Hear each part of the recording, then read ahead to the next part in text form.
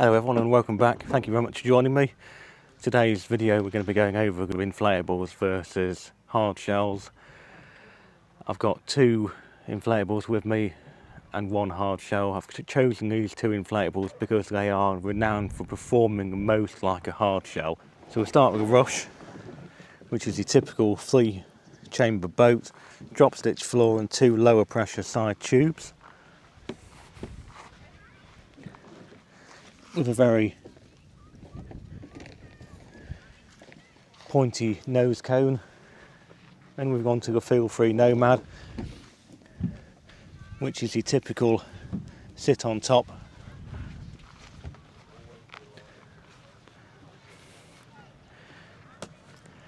And then in terms of inflatables again, we're on to the EZLite10 by Eagle. This is about 12 kilos. The Rush is about 12 kilos and the Feelfree is around about 13 to 15, I'm going to say. All very easy to manoeuvre. The Sea Eagle has these little foot braces. The Gumotex has an inflatable foot brace and the Rigid has got pre-moulded foot braces, so they've all got places to keep your feet properly rigid. I think this is going to be an interesting test as to what performs best out of all of these three. So at the moment I am paddling my Feelfree Nomad, which is my rigid sit on top kayak. It's one with a wheel in the keel, quite a popular design. We've got a bit of a headwind at the minute, not a big one, just a moderate one. And I'm just trundling along quite happily into the headwind, not really putting any effort in, and the kayak moves into the headwind very well. I do think that's going to be one of the differences. I think in wind a rigid one is certainly going to be better.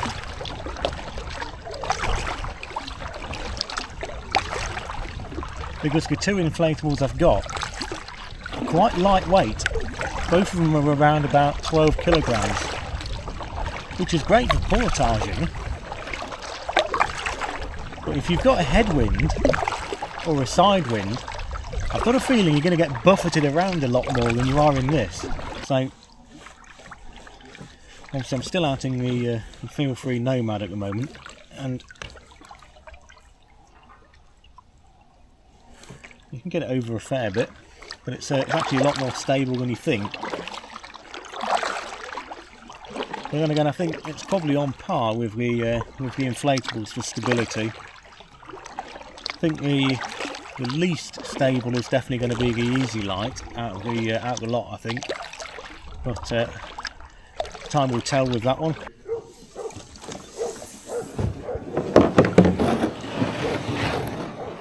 Back from paddling the Feelfree, I've realised I've not actually done you a proper tour of this kayak. So it's got a wheel in the keel,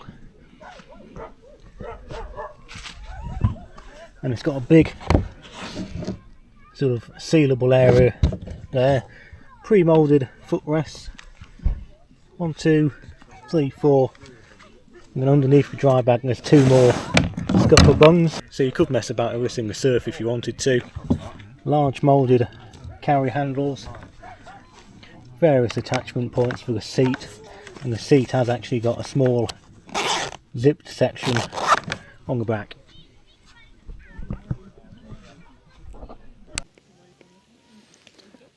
Right, so today's boat of choice is the Gumotex Rush. It's a little bit windy at the minute, so I've gone for the microphone option, so hopefully you can hear me quite well. Right, so we're underway. I've moved the seat a little bit further forward in the Rush today. We're just going to see if it performs any differently. But I can already feel it gliding and cutting through the water a lot nicer. I've got a very strong headwind now, and it's moving along, I would say, better than the hard shell did yesterday in less wind. So yeah, it's performing nicely. So already there's a noticeable difference between paddling this inflatable Gumotex Rush against a hard shell. It's more comfortable to be in. It's a lot easier to paddle. I feel like there's less resistance to it. And when I am paddling, as weird as it sounds, the paddle strokes are quieter, which to me means there's less resistance and less energy and less effort, which is exactly what you want, or exactly what I want when you're out kayaking.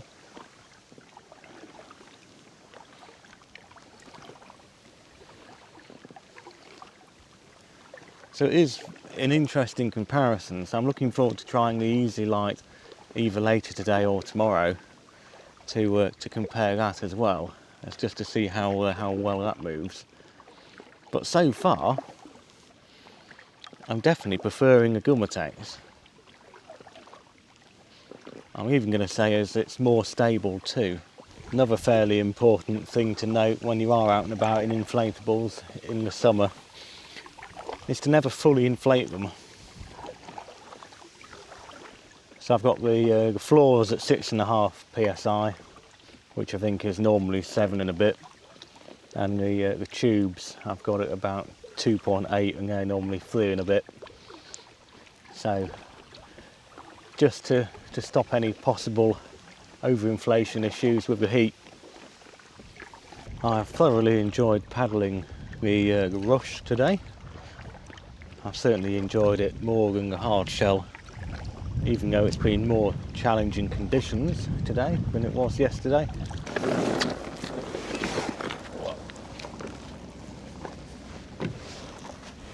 I'm now in the EasyLite10, probably one of the more portable kayaks of the bunch. It's going to be a toss-up between the EZLite and the Rush for portability. In terms of comfort, the Rush is definitely winning. Speed, I'm going to put them on par with one another. That is the Rush and the EZLite. If anything, the EZLite might be a tiny weeny bit quicker maybe, but I can feel quite a resistance paddling it now into the wind. But the foot braces are a lot nicer on the EZLite. So it is very much a tricky one to suggest what's going to be the best kayak for you. It very much depends on what you want to be doing with it.